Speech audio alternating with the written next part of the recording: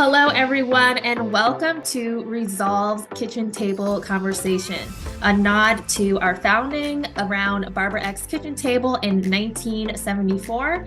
We're bringing together experts and the patient voice to have important conversations about topics that matter to you.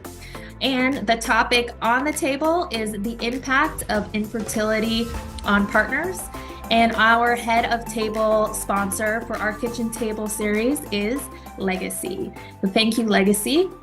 And welcome, Anna and Johan. I just want to go ahead and get into some introductions of ourselves for our audience. I'll tell you a little bit about what I do at Resolve really quickly, but for you all, just let me know a little bit about what you do in your day job and what brings you to the table today. Again, I'm Simi Bukal at Resolve. I'm the Senior Manager of Communications and Programs. Happy to be here. Been with Resolve for about 10 years. This is my first kitchen table conversation. So please, Johan, please introduce yourself. How are you? Hi, Simi. I'm doing very well.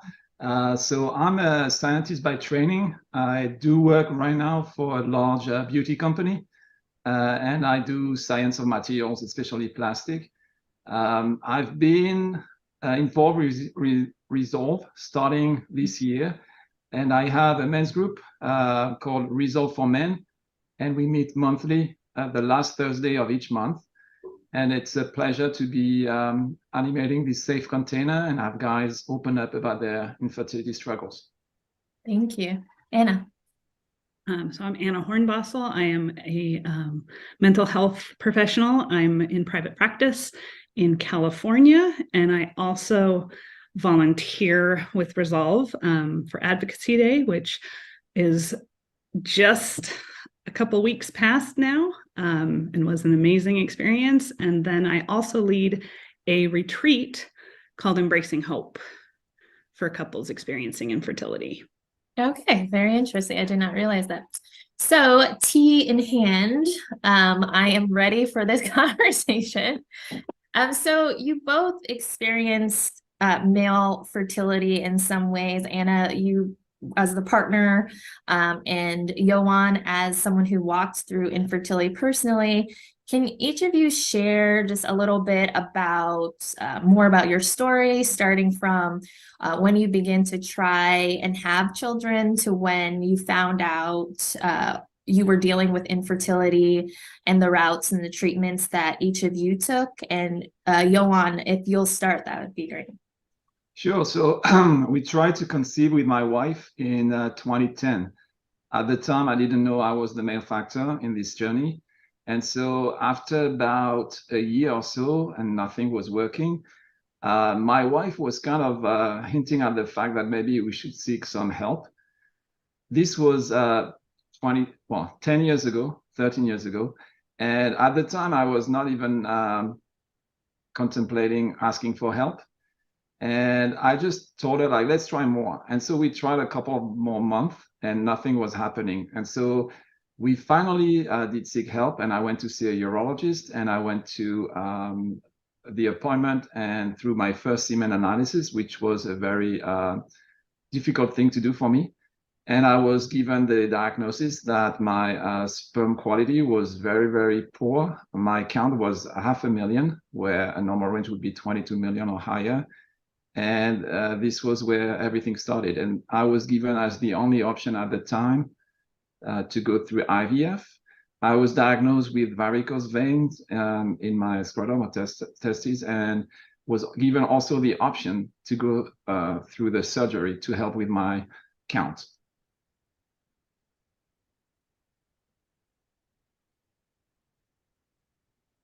I guess it would help if I unmuted myself. How about you? We started trying in 2008, and then about 16 months in, I said, you know, I'm reading, and it's looking like we should go get some testing done and see what's going on. So I had an HSG, which was not a fun experience. It's an interesting one because some people say that they have no pain, no discomfort. that is what the nurse told me to expect. I remember laying there and saying, is it supposed to feel like that? And she's like, oh, does it hurt? And I said, yeah, it actually is quite uncomfortable. And then my husband went in for his semen analysis, and we got the diagnosis of poor morphology for him. So his count was good, but the quality was where they were seeing that was the contributing factor for our infertility. Right. So you all had found out the medical diagnosis. So now to, the emotional aspect of this journey, what would you say was the most surprising emotions or thoughts that went through your mind during this time, especially Anna's being in more of the supportive role, but also for your husband, but also going through the process as well. And Yoan, as you were walking through infertility yourself, and then supporting your wife through the infertility treatments and the multiple pregnancy losses. What were the emotions, if you could describe that, kind of came with that? And Anna, we'll start with you this time. A lot of confusion. Mm-hmm. Because especially, this is 2009, right? There was no Instagram. Maybe there was Facebook. There was probably Facebook, but it didn't seem like anybody was talking about it. Mm-hmm. So I don't remember when I found out that the number at the time was 1 in 8, but I remember feeling like it was 1 in a million, like we had won the reverse lottery, so to speak. And how confused I was about what is happening, because I assumed everybody gets pregnant when they want to. That is how this works. And so navigating the confusion, and then the sadness and the frustration, the lack of awareness as I was going through some of the testing, because it wasn't with NRE, it was through just kind of standard medical providers, for lack of a better word. This was the lack of awareness from your medical provider? Yes. Oh, in general, it felt like a lot of lack of community, okay. I could talk for hours about that experience. But also, I remember when I went before the HSG, when I went to that first appointment, I had to go see my GP. We had just switched insurances, so I had to go to somebody I did not know. And I remember her writing infertility in big red letters across the top of my chart where I could see it. Mm-hmm. And then saying to me, I can't believe this still makes me choke up all these years later. But saying to me, well, you just need to keep trying at day 14. Mm-hmm. And me trying to explain that I wasn't sure that was when I was ovulating, because I had been doing charting and I wanted to talk more about that. And she dismissed me. All right. And so that I remember a lot. My husband and I both going through this, trying to make sense of these medical diagnoses and what does poor morphology mean, and why would that be happening, and what could we do? And just a lot of, just go do IVF. Right.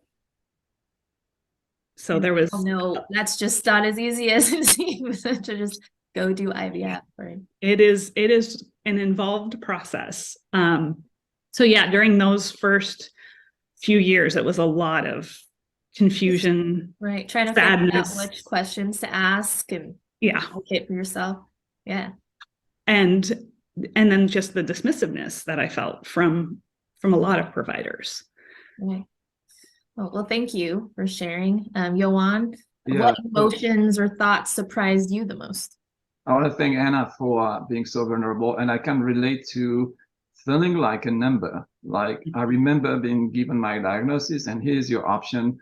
And pretty much I was shocked by what I heard, that, my sperm was of poor quality, and I had no clue about what I was given as an option. IVF, all I knew was it sounds like intensive, super expensive, which it is. And I was lost during the appointment, but driving back home, I remember feeling very angry And that's an emotion a lot of men go into when they don't like what's happening and they don't understand it. And then a lot of shame and the guilt about my wife having to go through all of this because of me. It's actually that guilt. This gave me the reason why I should try and get a varicocelectomy so that I would improve my, sperm count. Because I felt like I owe her to try this, at least try and help, my male factor before she goes through all of that. But again, yeah, I felt very angry, and I took everything in and didn't want to talk about it. It's a lot of what you can see with men when they are given the diagnosis, they don't want to open up about it. I'm doing it today, but it took 10 years in the making, a lot of therapy to be able to be vulnerable and talk about it. But I felt less of a man. And I was angry at the world because I didn't know why it was me. Kind of what Anna was saying with the lottery. Why is it me? What did I do to go through that? And I felt being punished. I didn't know why, and very, very angry. Did your wife express any emotions to you at all? Was she just kind of going with the flow, or did she have a lot of strong emotions that she expressed to you, or did she seek support groups or support from others? Yeah. So there is a backstory to that I haven't shared. So at the time we were trying, and we kept trying for a while before I got tested. One morning I was joking with her and say, maybe it's me, I'm shooting blank or whatever, like along these lines, something like, I like being funny and kidding around. And so that stayed with her. Don't laugh about it. It's not funny. And pretty much, maybe that's the reason why I was angry as well, is she was right. Because in the end, this is what had happened, right? Through diagnosis, the problem was with me. She did a lot of testing on her hand. Everything came back normal. So I was, again, feeling very guilty for me joking around about it earlier, trying to ease the tension. It was my way out. And then when the reality did strike and I knew it was actually a problem, it was very hard for me. But there was a way for me to kind of reclaim my masculinity, and maybe we would talk about it, move forward. Because there are ways for guys to take an active role and be there, not just that emotional support, but give the shots, go past all the fears you might have and things like that. So, right. Yeah, I mean, I talk to many people in this space, obviously working in this space, and I know that oftentimes when people bring up infertility, it's always, oh, the woman this or the woman that, and men are very rarely a part of that. And so, I appreciate you being very open and providing that male perspective, because it's not always spoken about, and it's definitely a perspective that more men and just people in general need to speak to. So thank you. So Anna, I'm curious, as your role as a licensed marriage and family counselor, how that helped you and your husband as you both walked through this, this season, and what support have you found you both needed separately and as a couple? Well, funny enough, I wasn't a therapist. I was teaching preschool. Interesting. And we went through our IVF, and it was not successful. And I went looking for help in the midst of a lot of grief and trauma. And somebody asked me a little while ago why I became a therapist. And I said, oh, because I got mad. So I can totally relate to sharing about anger. I just found mine later. But I was sitting across from a therapist, and she said, well, so what if you can't have a baby? It's not the end of the world. And I just was stunned that somebody would say that. And it hurt me, but more than that, it made me realize how many people in my position have probably been exposed to the same type of lack of understanding, lack of training. And so I didn't realize it then, but that was what kind of set me on the path to becoming a therapist. So I went to grad school in 2015. So yeah, part of it was to be what we did not have during those first few years. And to kind of learn more about what I was experiencing, to learn also, learn more about grief, learn more about trauma. And how it has helped is that I have found so much joy, for lack of a better word, in being able to support others as they walk through this. It's the club nobody wants to be in, right? And we don't even want anybody, like nobody else come in. We're full. We don't want anybody else to come in. And yet that's out of our control. So when people do find themselves in this club, it is a joy to be able to walk alongside and be the container and the holder and the compassionate care that they maybe wouldn't get otherwise. Yeah. So what I'm hearing is that because you didn't find the support you needed as an individual and as a couple, that kind of led you to your eventual career path to help others. Beautiful. Johan, what was the most helpful support you received from your partner and the greater community as you walked through your infertility journey? All right, for the latter, unfortunately, I didn't want any. And I think it's true for many men. I didn't want to talk about it. I thought I could handle it all by myself, that I was strong enough to go through this. And so my only support was my wife. We kept also our journey very private. Mm-hmm. And there were just a few members who knew. And so because of that, it was added pressure on us, because life happens. When my wife got pregnant after this third IVF cycle we did, her dad passed away, and she had a very complicated pregnancy and couldn't go back home to be there for her family. In my case, what led to creating support and a space for men to actually open up and have the support, they might not want, to be honest with you, to start with, but if the most difficult is to enter the room. Once you're there and you have all the guys talking about it, from what I've experienced in the men's group I'm leading, it flows naturally. Was actually to be the person I wish I had, and at the time I didn't know I needed that person. So I did a lot of self-development work. I'm part of a men's group, not related to infertility, where I get the resonance of other guys when it comes to, life goes on for men, and we have many things showing up. We don't have deep conversations in general, among men. It's more centered around sports, work, finance. And I felt like the urge during the pandemic to start a coaching practice and help couples, bringing also the male perspective to everything. I don't know if we will have time to go into the details, but as you said earlier, it's thought to be a woman's issue. And granted, in every cycle, the woman has a pivotal, role.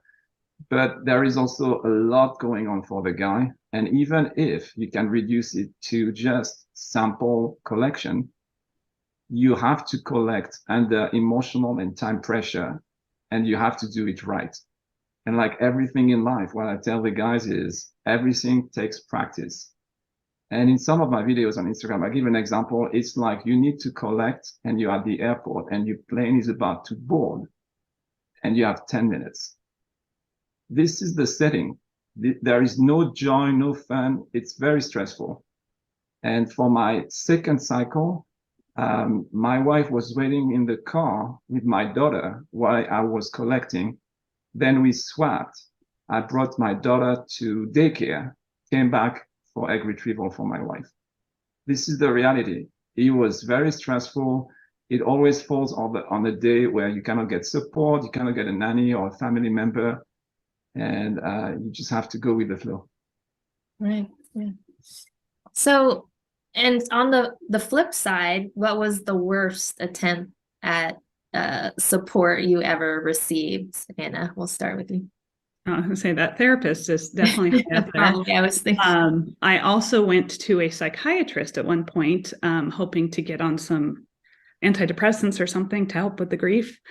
And he sat and listed all of the ways that I could have a kid. And then at the end said, well, you just need to get pregnant. I can't help you. You just need to have a baby. So that one's pretty high up there too, in terms of professional. Personally, I had an amazing support group. My family was very supportive. Even my brothers, who don't want to know anything about sister, were kind in it. They were like, please don't tell us details, but they were very kind in it. I have a best friend who's been my best friend since we were 10, who was incredible. So I had a lot of really good support, friends and family, which I know not everybody gets to experience. So I would say my hardest was just when I needed a little bit more of the professional side of it, and going in for some of those was pretty traumatizing, I think is the word I will use, because it was pretty harsh, some of the responses. Johan, the worst. So, I mean, some of it, I must say, looking back, was also a little bit self-imposed. So we did 3 cycles. The first one was successful, even though we had only 2 embryos, and it led to my daughter, who is 10 now. And during the second one, at the 3-month mark, we had a regular ultrasound to get discharged, and then follow up with a regular OBGYN. And we went there thinking that it would be like it was, a couple of weeks ago, a week ago, I don't remember the timing. And during the exam, all I remember hearing is, there is no heartbeat. And then my world collapsed. I was frozen. The room was cold, I remember. And I was in there thinking like, what are you saying? What are you talking about? And the only words coming out of my mouth were like, are you sure? Like, completely like lost. And so she brought in the doctor, who had more words to explain, right? Because we were both like completely like crushed. And I remember the drive home being the worst, where we couldn't say anything. So we drove 15 minutes without talking to each other. So, I say it on my Instagram account, miscarriages, unfortunately, if you have to go through many, are heavy on men too. And it's not talked about very much. But at the same time, I felt the urge to be the support for my wife. So my own emotions were, not really felt. I didn't feel like I had time for that or the space for it. Did you feel, in having the physician come in the room and explain, was there a supportiveness to it, or was it a very direct? She was warm, but also, I could read her soul, in her eyes. She felt extremely sorry, because this was, again, our discharge ultrasound. So we should have, gone out of it and say, hey, we're going to announce it to the family and everything. And what happened is we didn't. And for those who've been through it, the DNC was scheduled a week later, and we had to continue every evening with the progesterone injections, which was, again, very painful to have to, keep injecting my wife, knowing that, this was not a viable pregnancy. Right. So I'm curious to hear a little bit from you, Johan, about your support group. You had mentioned a bit about it, and just, you run actually a Resolve support group for men and who are dealing with infertility. And just tell us a little bit about your group and the impact that it's had on you and maybe some of the men who have attended. Yeah, so it's fairly new. So we've had only two groups so far. So it started just a few months back. And the way it goes is we kind of introduce ourselves quickly, and then we do what I call open shares. Everybody is going to share. It's timed so that everybody gets a turn. And my experience has been, because again, I was part of men's groups, not focusing on infertility per se, but about anything in life. And my first internal reading was, I was amazed, and I thanked all the guys who participated at their openness, and willingness to share. Because I was not expecting the flow to be the way it was. I was expecting more resistance, but it was very, very rewarding on both ends. Everybody shared. I became emotional in the middle of one because of what was said and what resonated with me, and I shared the perspective and what I went through. And I think, again, being very humble when I say that, there are things a guy can only say to another guy. Yeah. And even saying it to your partner or wife, the resonance you get is not the same, because there are very specific parts of an IVF cycle that are just male only in terms of discussion. Mm-hmm. And the depth into which we could go in some of these topics was surprising, but I was very grateful in a way to be able to go that deep after just, a few meetings. It's interesting. I want to just elaborate on, what you were saying, how some things it's only men can really understand that with each other. And I think about not just this space, but it kind of is a domino. It's you can see the impact of that in a lot of other spaces as well. And I wonder, it takes men stepping up in each of these spaces to get other men to talk about these issues in a way that doesn't diminish their masculinity.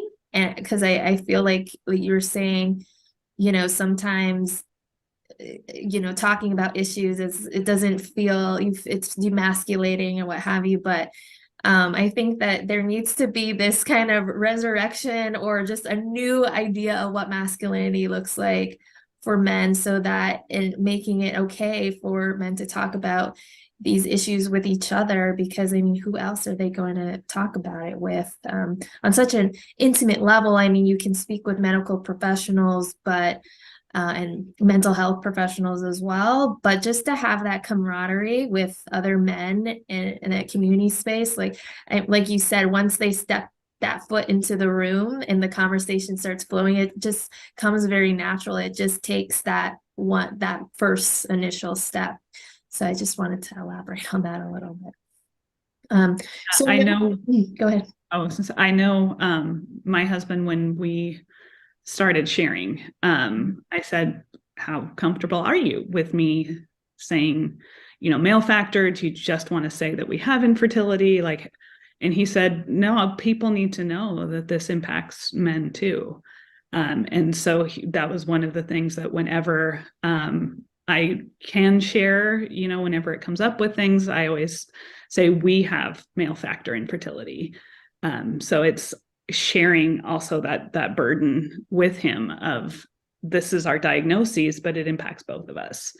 Right. So that's always been kind of my hope and his hope as we've shared our story, is that it will open up more conversations around it and make it more comfortable for people to talk about.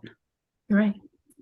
So now that knowing, what you both know, what advice would you give to the next you on ways that they can support their partners through infertility, pregnancy loss, resolution? I know, you each learned about your situation kind of in hindsight, but if you could, what tips would you give your past self or the next you? Anna. Don't walk alone. Mm-hmm. Right. It's a really big thing. And whether it's professional support from a mental health provider who's trained and able to provide specific care surrounding reproductive trauma, or a support group, or both. I would highly suggest both. But some people might be like, wow, that's a lot to ask of someone, is to step into two vulnerable places, but to not walk alone. And then in terms of just supporting each other, is I remember at one point, I looked at my husband and I said, I don't like you anymore. And I don't think you like me anymore. And he laughed, but then he's like, yeah, I think we maybe need to get off of this train where this is consuming our entire life. And so finding ways to have fun together and date each other again, for lack of a better word, and have something that is free from infertility. Whether it, like, we started going to the symphony, that was something that we both enjoyed, was live music. And so we did 3 shows the first season. That was kind of how we reclaimed us in it. So find things that build and allow for the expression of the fact that you are a family. We say starting a family so often, and really when we start a family is when we choose our partner. We build, we expand, but when that foundation is started is when we choose a partner.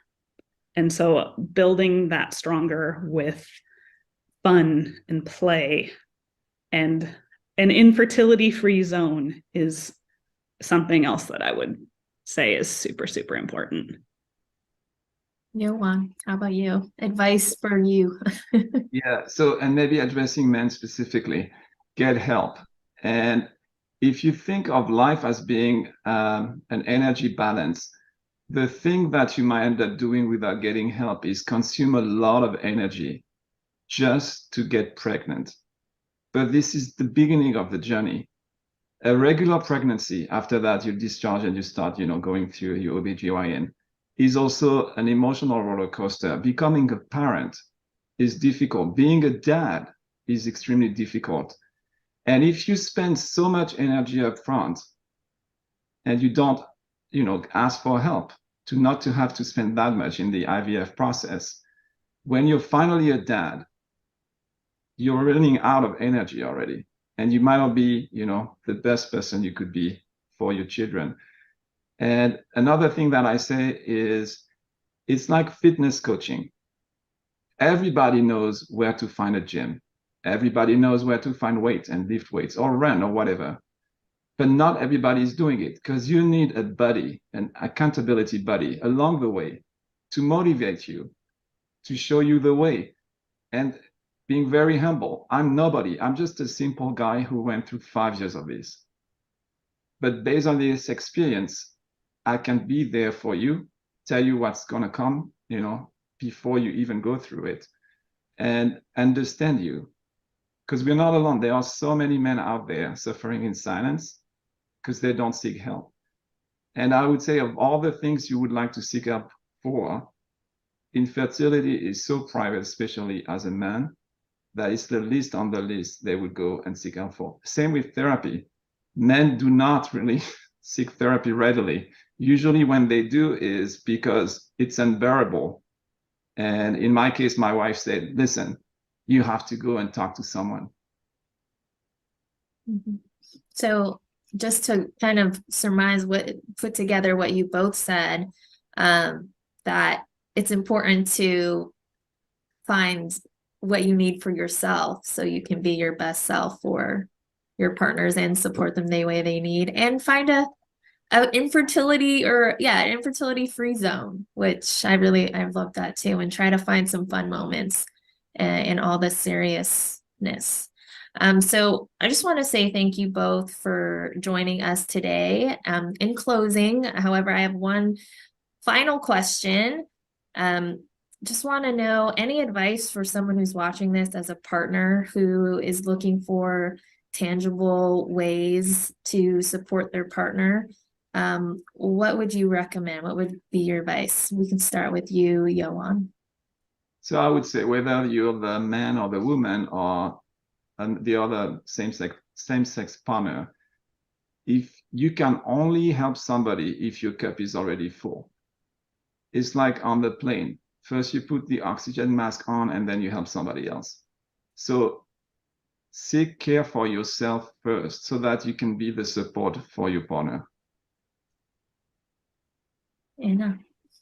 Okay, that I will totally agree with that. And then I will just add in, just the importance of remembering what drew you to each other in the first place, and holding that space, because in the midst of grief, in the midst of disappointment and frustration and hormone shots and sperm analysis and all of the pressure of this, we can get, what I like to use the word, dysregulated. We can get really, lost in ourselves and difficulty managing all of those things and get cranky. And so holding that space of what is it that drew me to this person? Mm-hmm. Because right now, all of these things in life are making this so hard and making connection really hard a lot of times. So what was it? What was something that we loved to do before infertility found us? When is a time that I remember feeling wonderful in the presence of this person who I chose? And remembering that ultimately is that you chose each other. And infertility found you. You did not choose it, but you did choose each other, and holding how that feels, that your partner chose you and loves you for you, and you chose your partner and you love them for them.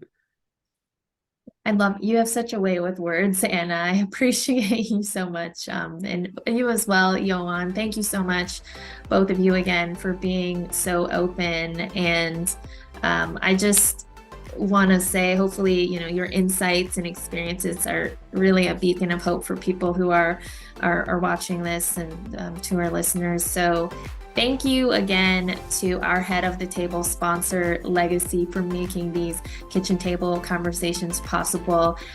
We hope that you can join us here at the kitchen table for our next episode. Thank you.